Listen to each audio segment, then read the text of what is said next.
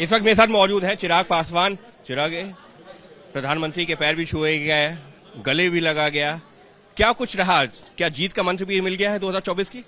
बिल्कुल, प्रधानमंत्री जी ने अपनी बातों में यकीनन 2024 चुनाव को लेकर तमाम बातों को बहुत मजबूती से उन्होंने रखा। तमाम एनडीए के घटक दलों ने भी अपने अपने सुझाव, अपने अपने मत को उन्होंने मजबूती से रखा।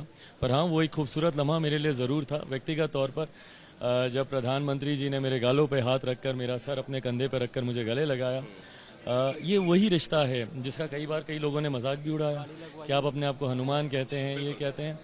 पर ये हमेशा से मैंने और मेरे प्रधानमंत्री जी के बीच में हम लोगों ने शेयर किया। मेरे प्रधानमंत्री मेरे साथ तब खड़े थे भाई जब मैं अपने सबसे कठिन दौर से गुजर रहा था, जब मेरे पिता अस्पताल में थे।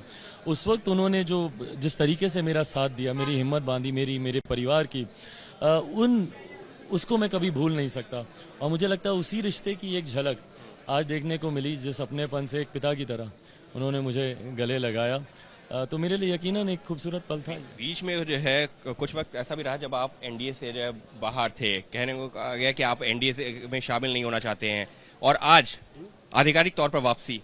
भाई, जब मैं एनडीए से दूर भी था तब भी एनडीए के ही साथ ही था। कई बार मुझ पर ये आरोप भी लगाए गए कि भाई आप जहां बुलाते हैं चले जाते हैं, उपचुनाव हो।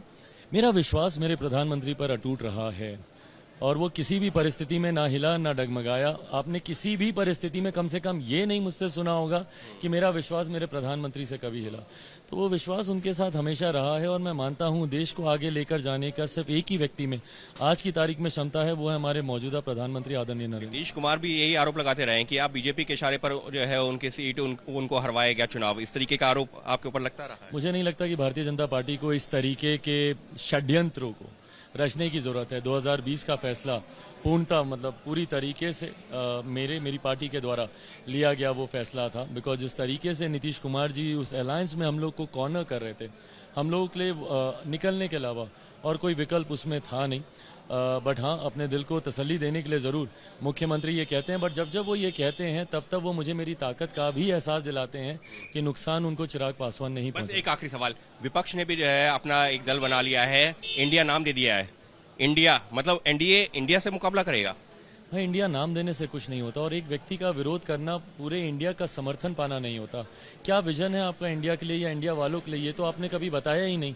पूरे विपक्ष ने कभी आज तक इस बारे में चर्चा नहीं की। एक चीज, दूसरी जो ज्यादा गंभीर विषय है, भाई मेरे देश का नाम है इंडिया, और मेरे देश के नाम को कोई भी गठबंधन अपने राजनीतिक लाभ के लिए इस्तेमाल नहीं कर सकता। ये सरासर गलत है।